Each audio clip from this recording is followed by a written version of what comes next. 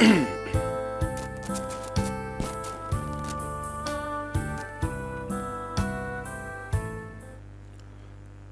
ขอยกมือ10 นิ้ว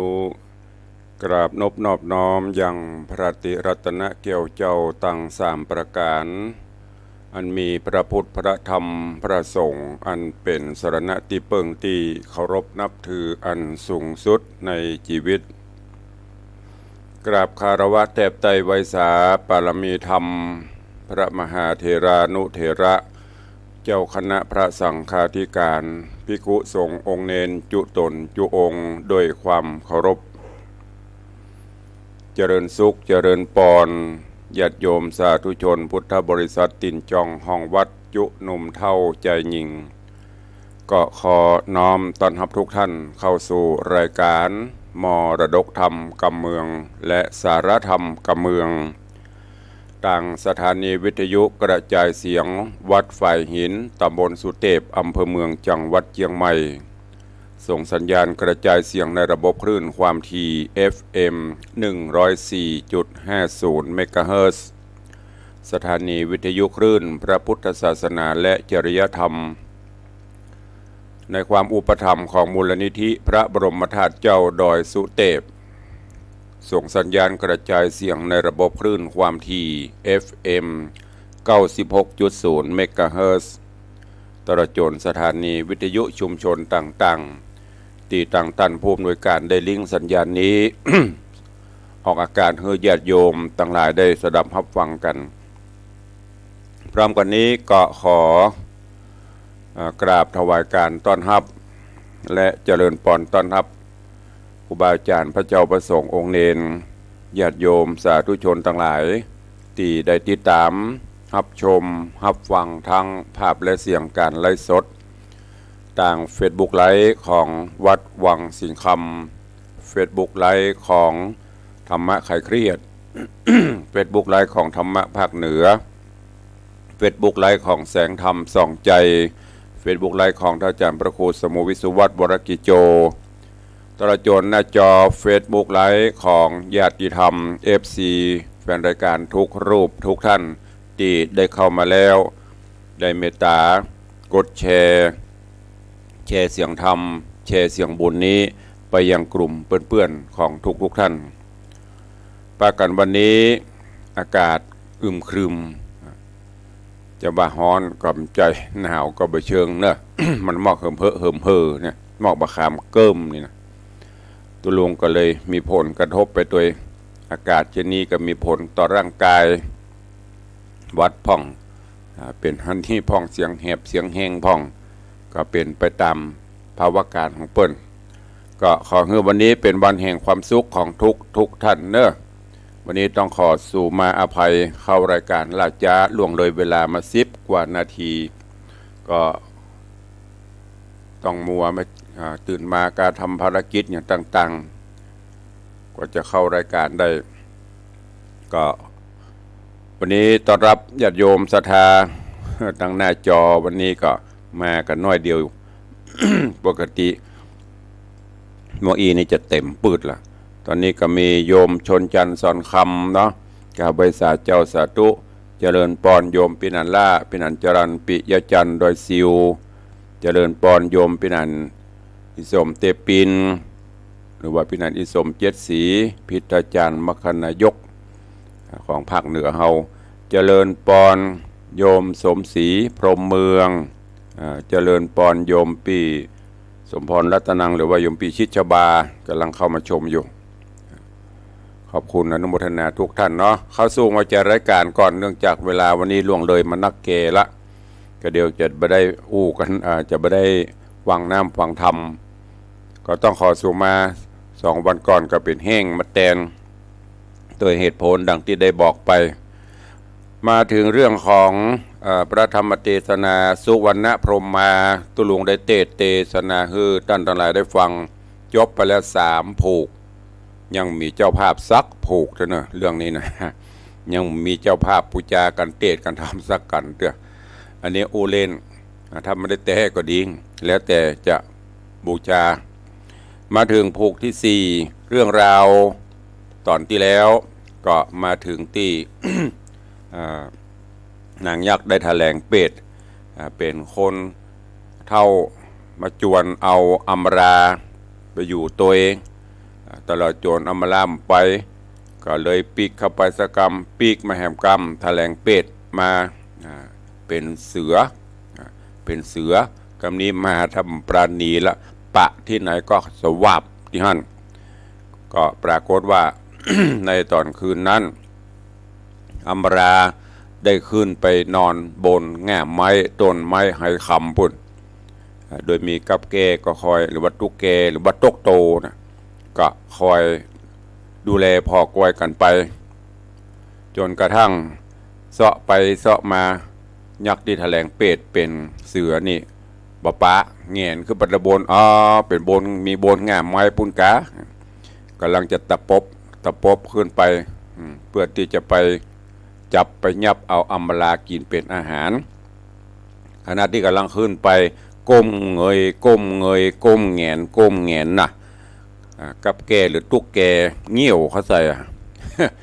เงี้ยวเขาใส่แกตา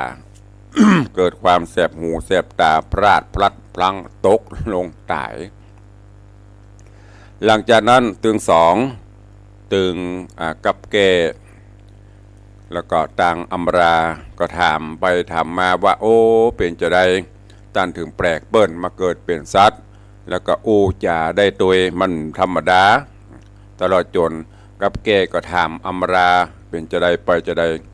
ถึงสองก็ได้อูได้จ่าโดยเฉพาะกับแกก็ได้บอกหรือว่าตุกแกตกโตนะก็ได้บอกเรื่องราวต่างๆฮือกับอำราว่าโอ้เฮานี่มาก่อน ก็เป็นคนเนี่ยเป็นคนตุกคนจนแล้วก็ได้ไปบวชเพื่อที่จะไปปำเพ็ญปารมีธรรมตลอดจนได้ช่วยเหลือเจ้าบ้านเจ้าจองตัวเองพอดีก็สงเคราะห์เจ้าบ้านเนาะตีมีดรับมีดรับอย่างฮือเจ้าบ้านพี่น้องสถาน พอดีว่าเสาหรือเต่าเอามันชำรุดทรุดโทรมก็เตียวเสาะไม้ต้นไม้งามๆเริงๆเพื่อที่จะเอามาแปลงมาตัดมาผ่ามาแปลงเสาใหม่ก็มีไปปะเสียเนี้ยต้นไม้ไทรคำตัวเนี้ยแล้วก็ปีกไปยังบัตันได้มาตัดไม่อย่างสักอย่างปรากฏว่าอยู่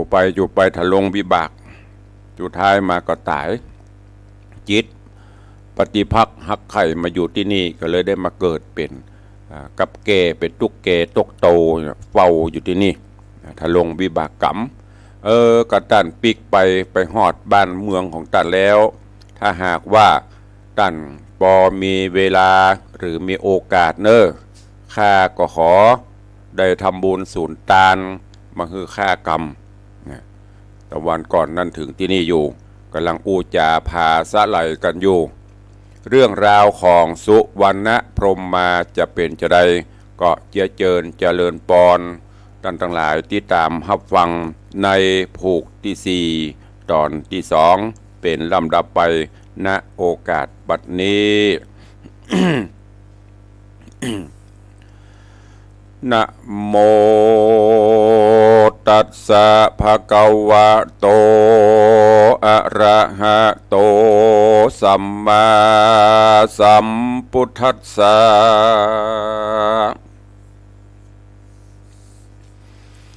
สาธุโบฟังลาโสตุจนาสัพพุริสะตังหลายตั้งยิงและใจมวลหมู่อันทาอยู่ดาฟังยังรัสธรรมเทศนาสุวรรณพรหมมาลำดับมาถึงผูก4ตอน2เนื้อเจ้าขอเชิญศรัทธาตั้งหลายหนุ่มเทาจุงตั้งจิตใจเล่าถ่อมทาดาฟังต่อไปนานี้และนาที่นั้นเจ้ากับแก่ดงพราย ก็จะไขโอกาสบาหลายจัดเดิมมาข้านี้นาเป็นพระศีลบละหักษามีตันหามากกวางใดหับจ้างตีพระตังเครื่องงาสับประการบ่เมินนานหลายปีสูบเสาดีนั้นเล่าค่ำค่าเก่าลุปังอานิจังบอดเตียงหูคว่ำเอียงไปมาสูบเสานั้นแหนก็แตกมังอยากจักสร้างแปลงใบกึดใจไข้ดงตันจริงภัยพันเข้าป่าเอวสอดล่าหาไม้ก็ปะไม้ใหญ่ให้คำใหญ่แน่นำมากกวางอยากได้มาสร้างโป๊กแป่งสูบเสาแห่งไว้ใจบ่หอนได้ดังมาก็วามไว้เสียก่อนจิตนั่นสอนติดคำยังไม่ให้คำบ่เหือดกิ่งมาเกิดเป็นเพศอยู่ในเขตดงนาเหตุนั้นแหนตัวข้าบ่อาจไว้แน่ไปไหนอยู่ดงไพรกวงไม้นางหน้าไทยอัมราจักไกลกราคืนสู่ยังที่อยู่เมืองคนดันไผ่สนป่ากวางกันนางสมไฟอังขานิ่งมาขอได้ไผ่โพดขาอย่าได้จ้าปอสองฮือตันตุงเล็กตุงตองไผ่แผ่มาฮือแก่ตัวเฮาเฮือวิบากเบาพ้นจากต่างตุกแยกเครื่องขีดนางบุญมีนอนเนาจักไตเต้าภายพันดันดงตันปากว่าอันมีแต่จ้างเสือมีราชสีแลดโซอนตรายมีอยู่นำแนอันว่าภัยแย่นอนใสเจ้าอย่าได้ผ่านยานหรือสตานกลัวตายเฮานี้หมายมียาอันอินตาสร้างไว้แจกเสียงควายเตบดาหลายว่าสาขวบเขาเทวดาเจ้าบุญภายหูกฎหมายหลายหลากชีวิตจักพรากเสียตนลงสู้เมืองโคนโลกไตเอายานี้ใส่ปั่นเฮามีกล้าบ่เบาใจจ้านางนอดลาจักคืนสู่ยังที่อยู่เมืองโคนด้านภายโซโหนป่าไม้เฮานี่ใส่คุณแน่จักเอายาหือเจ้ากันนางไต่เต้าพันภายหันคนและสัตตายพรากนานางนอดลาบุญนะจุ่งเอายาปากนี้หยอดใส่ที่ปากมันหากมันผันขึ้นมาจักเป็นกุลเล่าลาไปนาบ่อต่ำจ้าเครื่องขีดนางบุญมีนอนเนาจักไต่เต้าขึ้นสู่ยังที่อยู่มนุษย์สามสปะภัยหญ่ใหญ่น้อยจุงกลัดกร้อยหนีหายทุกสบายเตียงเต่าทุกคำเจ้าเจยบานมันฮือตานตุงเล็กตุงตองตั้งเข้าของสะลำอุติสะพร่ำมหาตนนอเล่าระฮืดใดหาปนตุกไม่จากเขตอันเป็นเพศดงตันพ่องเตะนามตีนนางอัมบรานาไทยก็ย่อมือไหวน้อมสา ใครขี้เนี้ยบอกเล่าว่ากันขาเต้าไปดีแม่นบุญมีไปนากันตัวข้าบ่ตายจักปันหมายจูนุนกระดำบุญมาหอดตันตุงตอดมาหาได้กระพ้นจากต่างตุกยากเครื่องขีนางบุญมีหน่อยนาดก็อภิวาททุนลาแล้วหยิบเอายาวิเศษหนีจากเขตดงควางดอนตามตั้งป่าใหญ่นางเตียวไตกระพรากก่อปะขังคากนอนตายย้อนจางปลายเหยียบย่ำมันนอนคว่ำอยู่ป่าแย่นางนอดลาเล็งหันรีบเรียวปันเข้าไกลเอายาใส่ที่ปากพญาคังคากดงน้ำก็คืนมาบ่จะ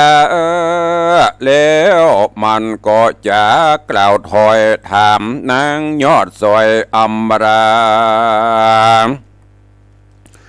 ว่า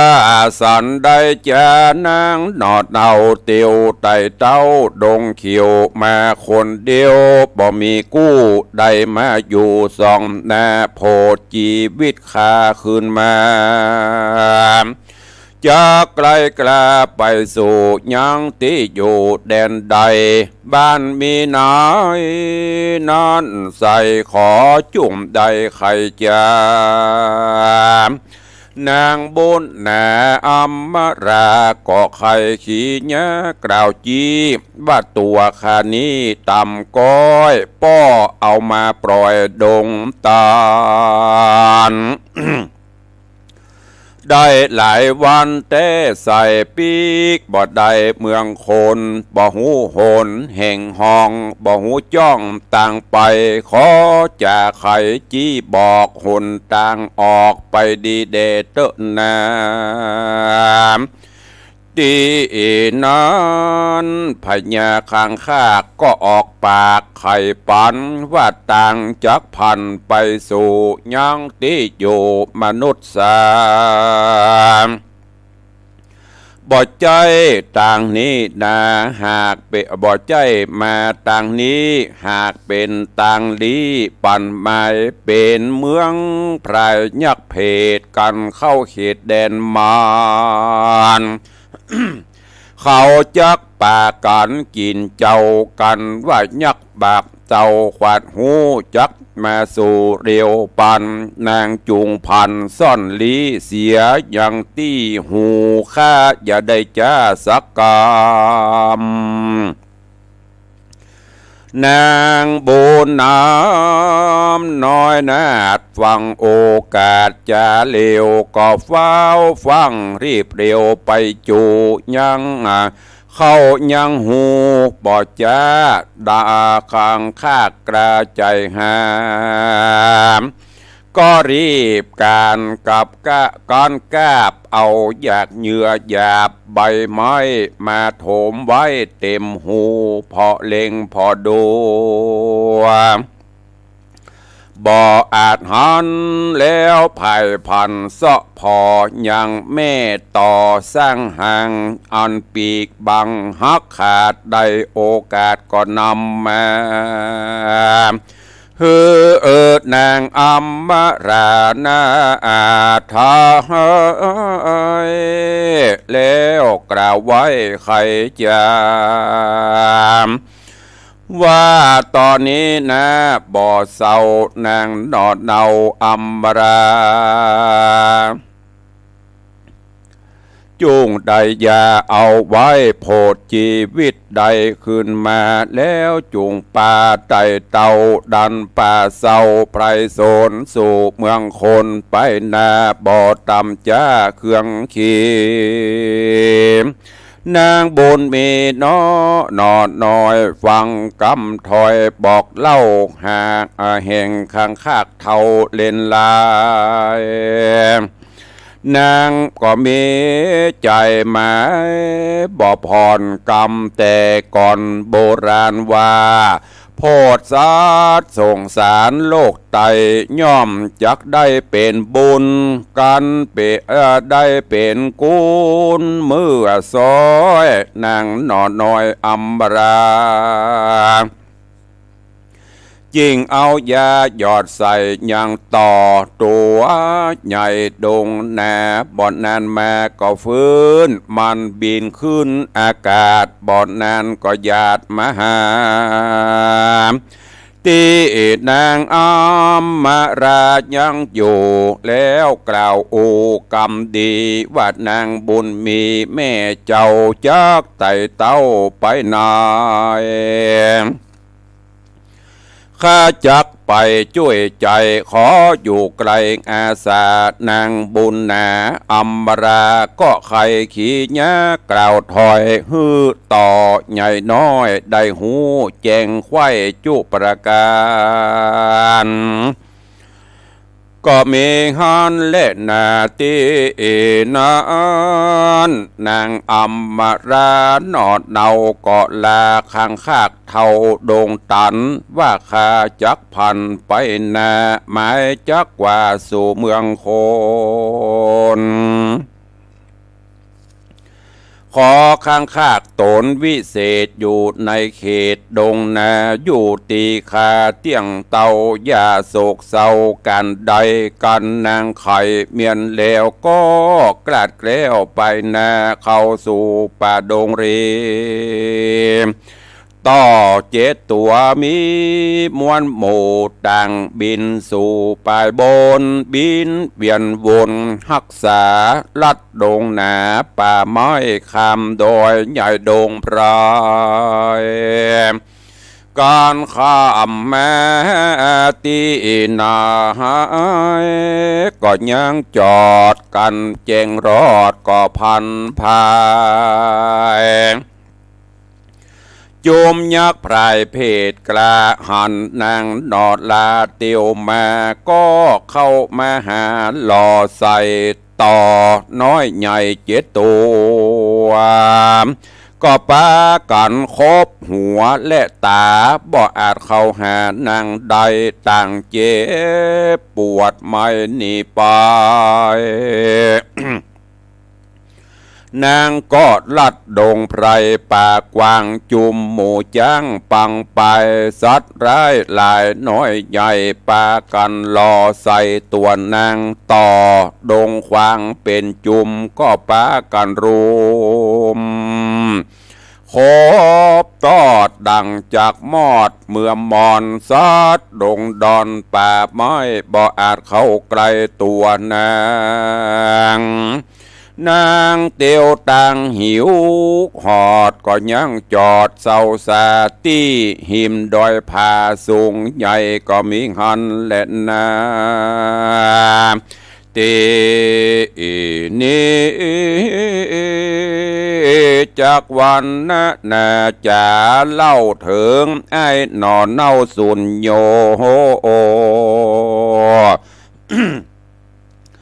อ่านเมาหมัวกั้งไกด้านป่าไม้ดงตันไปเล็งหันจวบใส่ลาดจะสีใหญ่ดงดอ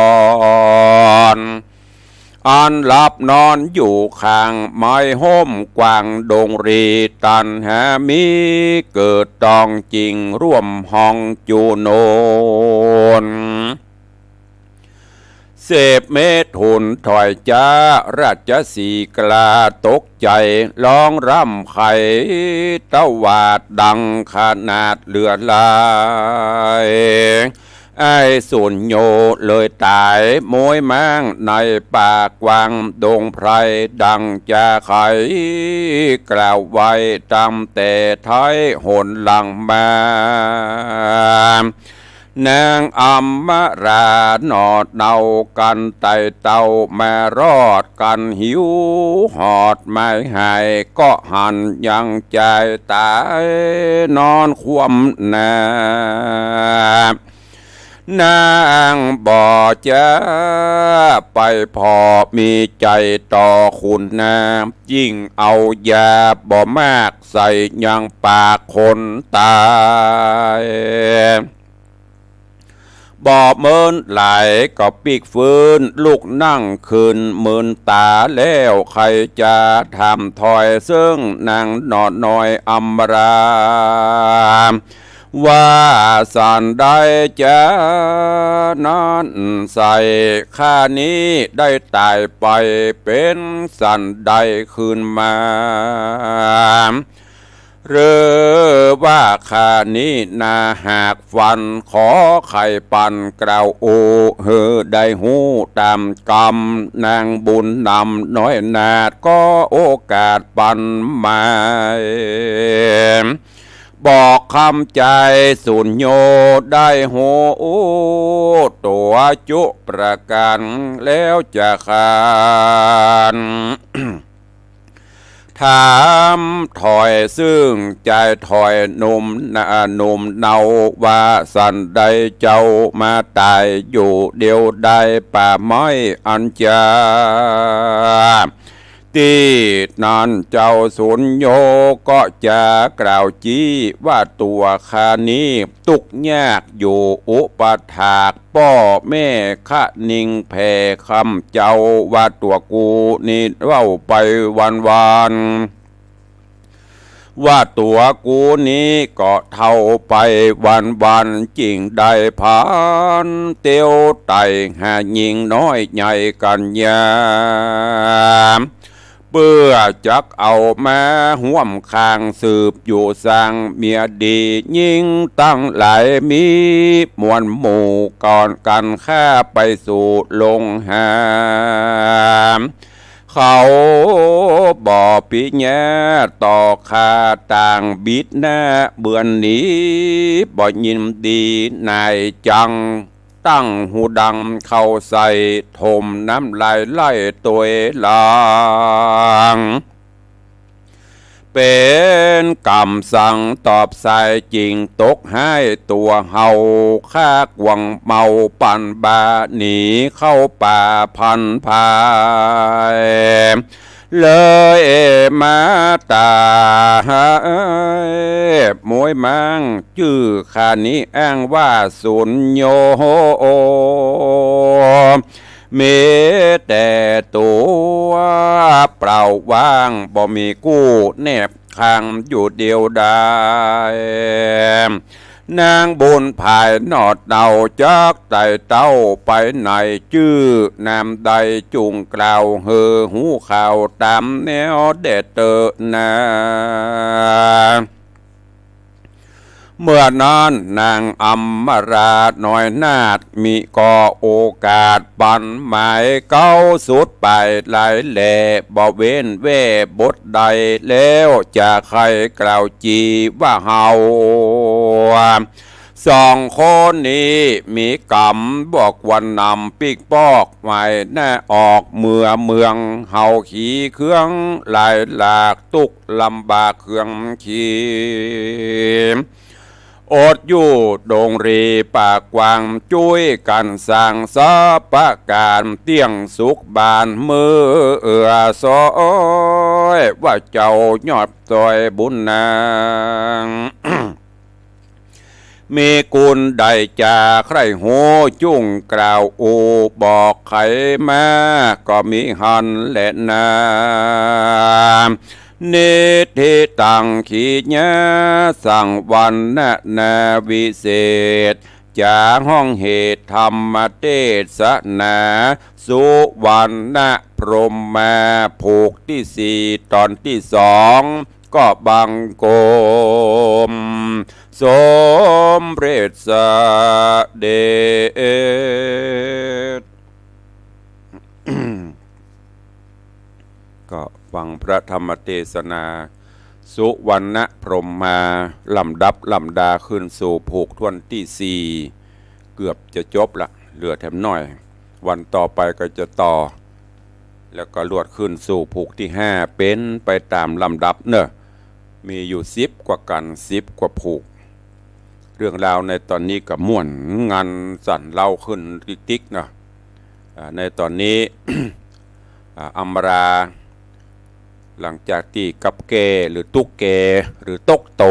ถ้าจะเนอะอันนี้ตุลุงกึดคนเดียวแต่ในธรรมว่ากับเก ถ้าของเฮานี่คาดว่าอาจจะเป็นตุ๊กแกหรือตกโตนะได้ได้จ่าได้ช่วยเหลืออัมราเป็นตีสิ้นสุดหลังจากนั้นอัมราก็จะลากับแกตุ๊กแกไปแล้วก็กับแกหรือตุ๊กแกนี้ก็สั่งว่าโอ้ถ้าเจ้าไปถึงเมืองคนปุเนอร์ขอเมตตาขุนนากับข้ากำเตอะเพื่อได้ตาน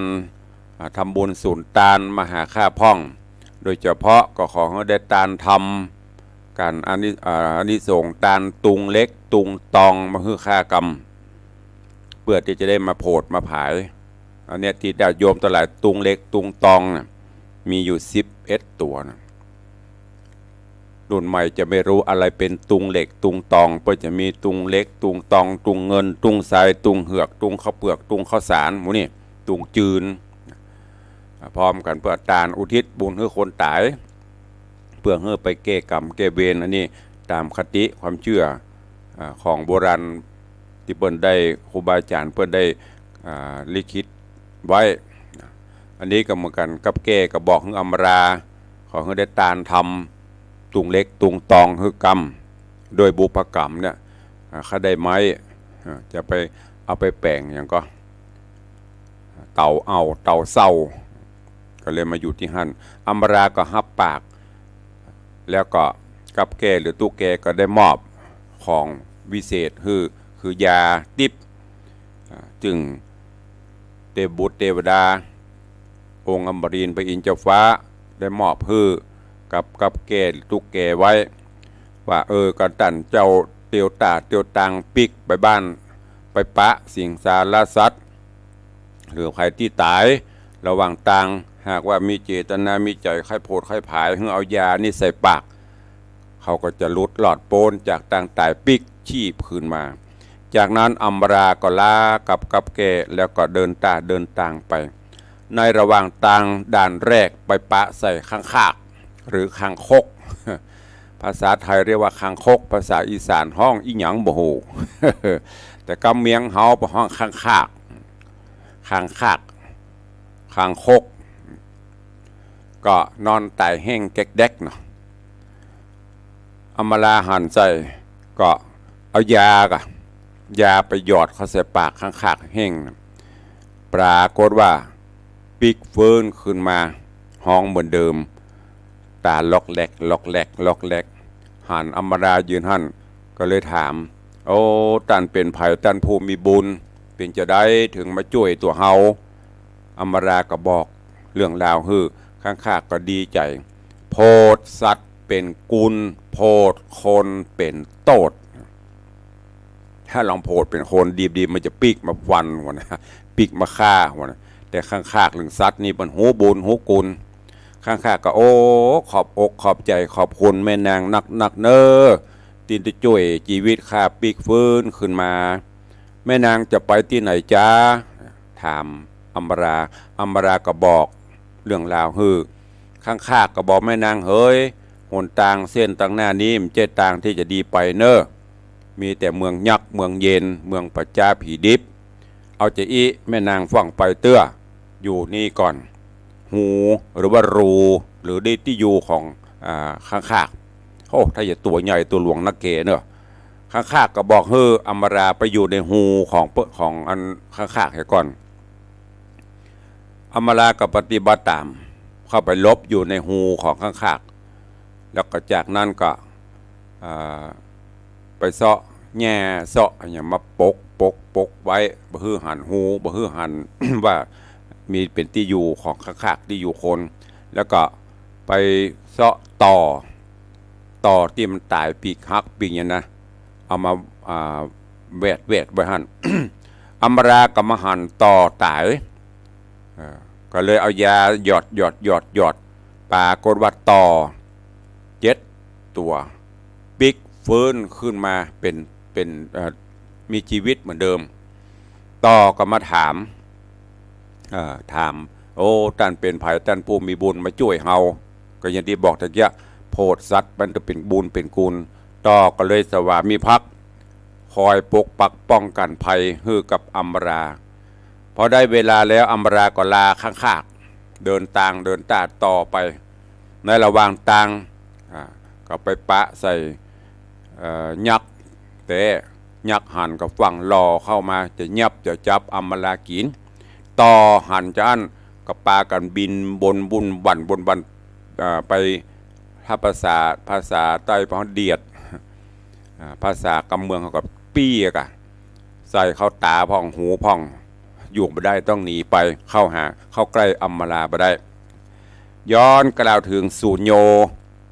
จำได้อยู่เนาะสูญโยคนก่อนที่ไปอยู่กับปอฤาษีที่ปอฤาษีเอาไม้สีฟันเขาได้อย่างสีฟันแล้วไปบ้วนใส่บะหีเนอร์จะสมปรารถนานะระหว่างเดินทางก็ไปปะใส่ราชสีนอนหลับก็ปรากฏว่าไปเสพเมถุนเปิ้นราชสีสะดุ้งตื่นห้องแผดเสียงดังปิ้วเว้าเนาะแก้วหูแตกดาดดื่นว่าไปจัดไก่ตายไปตอนนี้ก็แห้งแกกเด็กจนกระทั่งอัมบราเดินตางมาถึงตางตีสุญโยเจ้านอนตายเนี่ยแล้วก็มาปะใส่ก็เอายานี่หยอดใส่ปากสุญโยกับปิกฟื้นเป็นมนุษย์ปิกขึ้นมานี่แล้วก็ได้ถามได้ทักได้ตายกันเป็นจะได้ตีมาตีไปเป็นจะได้ต่างคนก็ต่างถามกันแล้วก็จะปากันปีกต่างอำมาลากับบอกโอ้ตันเหยบัทับปีกไปเมืองมนุษย์บัทับไปบ้านคนบ้านอย่างละมันเดือดร้อนสู้เขาอยู่ในป่าเนี่ยช่วยกันปลูกสร้างห้างแปลงไปถ้าจะดีนะเรื่องราวจะเป็นจะได้ติดตามฟังกันในตอนต่อไปในผูกต่อไปเนอะวันนี้ก็โป่งวางไว้ตะอี้ก่อนเวลาก็ล่วงเลยเวยเห็นนี้แล้วแป๊บเดี๋ยวก็จะหมดละ วันนี้ก็ฟังแล้วก็เก็บแกะกรไกเอาเนอะการช่วยเหลือสงเคราะห์สิ่งสารสัตว์ช่วยเหลือคนโดยเฉพาะช่วยคนนี่ต้องพอนะนับเดียวนะนับได้นับโหดไปเลยก็ไม่ได้ บะโพดก็บดีแต่ถ้าเรามองถึงเรื่องของธรรมะก็คือกรรมภัยกรรมมันแต่ถ้าโพดสัตว์นี่มันจะหูบูนหูกูนเฮาอันนี้ไม่ได้หมายถึงว่าบึงให้ช่วยไปนะช่วยไปเท่าที่เราทำได้สบายใจโพดกันไปช่วยกันไปหากแม้นอะไรอย่างจะเกิดขึ้นไปหน้ามันก็เป็นเรื่องของกรรมอย่างที่พระพุทธองค์ได้กล่าวไว้ว่าอะไรจะเกิดมันก็เกิดอะไรจะดับมันก็ดับเป็นไปเรื่องปองเป็นไปตามกรรมวิบากเพราะนั้นเราก็ต้องสร้างกุศลคุณงามความดีบำเพ็ญปรมีธรรมไว้อาจจะไปหันแก่ตัวเสียสละประโยชน์ส่วนตนเพื่อประโยชน์ส่วนรวมพ่องอันไหนที่เราสละได้ก็สละช่วยกันไม่ใช่ว่าโอ้ศักดิ์สิทธิ์อย่างที่กูจะได้กูต้องเอาเลี้ยงนกเขานักลำไปกูของกูเห็นหมดนะอีนี้ใช้ไม่ได้โพดพายกันไปช่วยกันไปสังคมเขาจะน่าอยู่อย่างอำมาลาไปปะจะข้างตายแห้งก็ช่วยถ้าเป็นเขาจะช่วยวะเพราะมันตายแห้งเด็กๆเลยอย่าไปช่วยคนบุญยิ่งช่วยคนก็ยิ่งจังหวะนั่นนี่ก็ฝากไว้เนอะเป็นข้อคิดเตือนจิตเตือนใจศีลธรรมนั้นไซแหละเอาไว้กับตนกับตัวเป็นยาติปสติสัมปชัญญะปัญญาเหล่านี้เป็นยาติปเอามาใจกับตนกับตัวเฮาก็จะทำให้เฮารอดพ้นจากพยันภัยอันตรายต่างๆได้ฝากไว้กับทุกท่านตัวเองโอ้ในตอนนี้ก็ต่างFacebookเข้ามากันหลายละตะกี้นี้มาตึกไผ่ก็พี่ชิดชบาตะกี้ก็ตอนนี้ก็เจริญปอนต้อนรับเนอะโยมตู่โยมสุรัตน์เสาคำกับใบสาครับผมสาธุเนอะเจริญปอนโยมปัทมาแจมโรกับใบสาเจ้าตุป่อสาธุเนอะเจริญปอนคุณโยมทองคำที่บงคำเจริญปอนโยมเพชรเจริญปอนโยมเป็นอาสุภาพคันนาเนอะเรือนจำกลางเชียงใหม่ปุ่นแม่แตงเป็นอาสุภาพวันที่22เนอะทำติดกันได้ก็มาร่วมมุทิตายินดีกับตุลุงเนอะลูกทุกท่านตัวเด่นบอกไปเจิญกับเป็นอาสุภาพเจิญทุกท่านวันที่22นี่อย่างตุลุงประตันได้ฟังวันที่22วันที่ความจริงวันที่21ปกติทุกปีเป็นวันครบรอบอายุวัฒนมงคลวันเกิดของตุลุง เป็นวันรวมญาติธรรมทุกปีที่ผ่านมา10 กว่าปีตั้งแต่ตุลงอายุ48เริ่มที่เชิญชวนญาติโยมมาร่วมกันโดยเอาวันอายุวัฒนมงคลครบรอบเป็นเกณฑ์ก็มีสถานบุญมาหลายดวงหลายช่วงก่อนโควิดปุ่นนะ ถือแม้นดวงโควิดมาก็ยังมีกันมาเรื่อยๆเป็นวันรวมญาติวันพบญาตินี่เนาะ ไม่ใช่คอกเนอะเป็นไอ้สุภาพไม่ใช่วันพบญาตินั่นนะอันนี้รวมญาติธรรมก็ญาติโยมจะมากันหลวงหลายก็ปีแล้วนี่ครบแสยิด60 ปีก็มืดฟ้ามัวดินเต็มลานวัดปีนี้ก็เลยว่าโอ้จะลดเพดานลงพ่องฮินดูญาติโยมศรัทธาเนาะก็ปรากฏว่าปีนี้ก็ได้รับเมตตาจากครูบาอาจารย์เจ้าคณะผู้ปกครองพระมหาเถระก็พิจารณาหันว่าตุลงมีความเหมาะสมที่จะได้มาช่วยงานคณะสงฆ์เบิ่นก็พิจารณาเลื่อนตำแหน่งขึ้นเพิ่มงานขึ้นให้เถอะ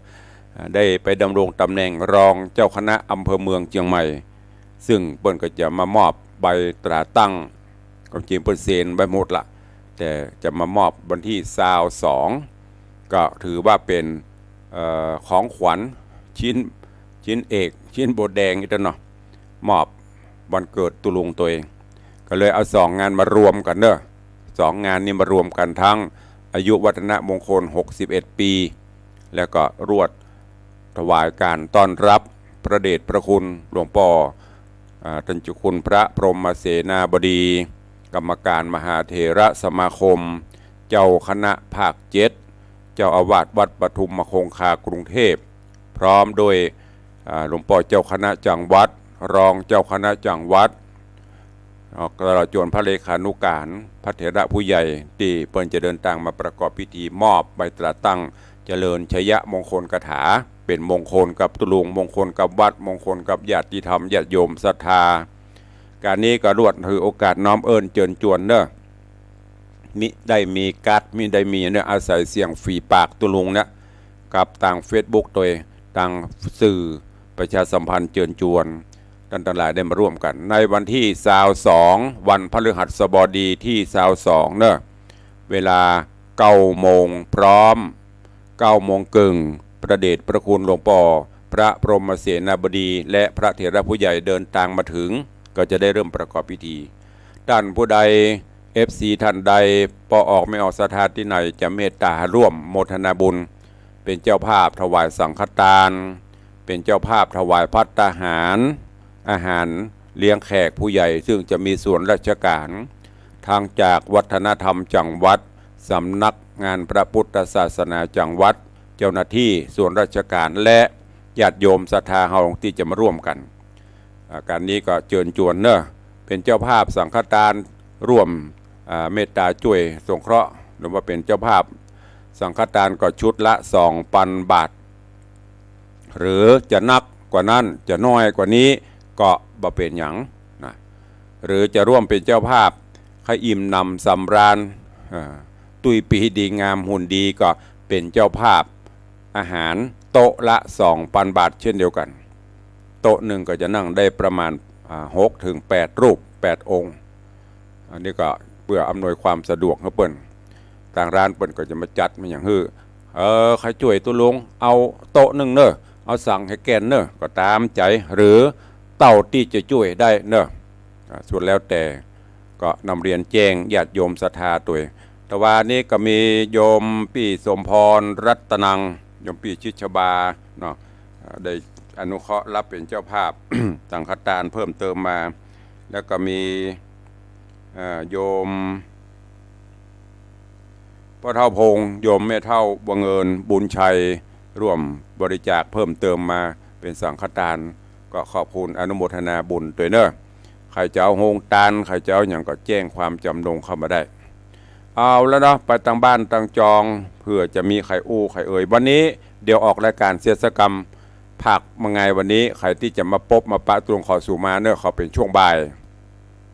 ช่วงเจ้าวันนี้ก็เดี๋ยวจะได้7 โมงครึ่งจะออกเดินทางไปงานทำบุญครบรอบการมรณภาพของ หลวงปู่พระสุพรหมยานเถระหรือหลวงปู่ครูบาเจ้าพรหมมาวัดพระพุทธบาทตากผ้าแล้วก็เปิดจะมีงานทำบุญฉลองสมณศักดิ์พัดยศของท่านเจ้าคุณพระภาวนาพระวชิรภาวนาที่วัดพระบาทตากผ้าเนอะปีนี้ประดับโปรดเกล้าเป็นพระราชาคณะจันทร์สามัญตัวก็จะได้ไปงานปุ้นชันเพนเสียดก็จะปิกแล้วก็ว่าจะลวดไปแวะเยี่ยมอาจารย์พระมหาประสิทธิ์ธรรมาภินันโทที่วัดจังกำตัวมันได้ไปเยี่ยมเพื่อกับเดือดแต่ป่วยนะใครจะอู้ตัวลุงพ่อเนอะต่างบ้านต่างจองใครฟังอยู่ที่ไหนต่างใบรายงานตั๋วตะกี้เปิดเลื่อนไหลหาสถานีวิทยุรู้สึกว่ามันได้ยินนะออกหูทางวิทยุผลเป็นประการใดวิทยุดังก็โทรศัพท์แจ้งรายงานเข้ามาให้ตุลุงตัวเนอะ0817836540เมืองแกนพัฒนาว่าจะได้ฮัลโหลอันอย่างเขาลงโป้งปังไผ่ฮะเมืองแกนครับอย่างเขาลงโป้งปังลงโป้งปังอย่างนี้กินอยู่อ่ะครับผมแกงยังจืดแค่หมูจืดแค่หมูสาธุเด้ออนุโมทนาจากเมืองแกนพัฒนาจืดแค่หมูไปตัวฟังตุลุงไปตัวก็ดีได้ประโยชน์ชนะตัวเนาะได้การตัวมีเอ็มก็ จะมีลักกับไม่ยะเนาะประเดี๋ยวมีใครลักก็ขอล่ำลาเนาะเดี๋ยวตุลุงก็ต้องมีภารกิจที่จะต้องปฏิบัติอยู่ไม่ได้พักฮะไปลุบต่อกันไปอันน่ะเจริญปอนจากที่ไหนเจ้าสาธุเนอวันที่22มาห่วมกันเด้อเจ้าอนุโมทนาสาธุเจริญปอนขอบคุณเด้อเจริญปอนจากทางใดเจ้าลืม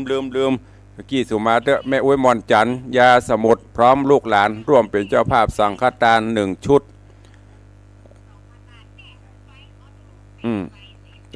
ก็มากะ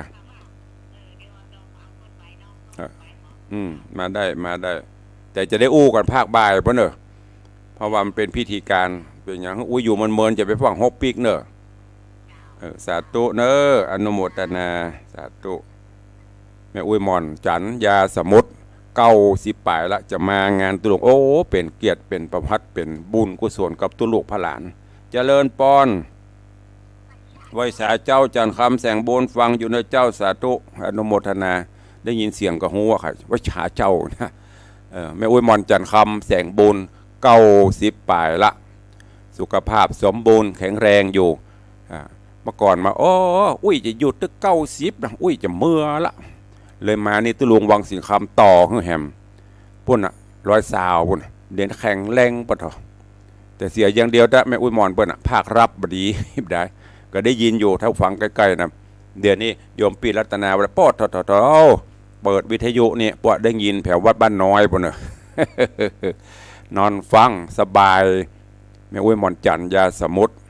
โยมปีบอกบรัตนาว่าแม่จะไปฮบไปเปิ้นจะมากับมาเป็นบุญเป็นกุศลแสดงความยินดีกับตุลูกตุหลานเนอะเอาละวันนี้เวลาหมดเวลานำรายการจากทุกท่านไปก่อนเนาะอยู่เย็นเป็นสุขหมดทุกข์หมดโศกหมดโรคหมดภัยอันตรายใดๆอย่ามากำกายละวีเดินทางไปไหนก็แล้วกราดปลอดภัยเนอะหิหารใดก็ขอให้สำเร็จเหมือนกันจุตนจุองจุผู้จุโคนเนอะจัตตารโอธรรมาวัฏันติอายุวันโนสุขังพลัง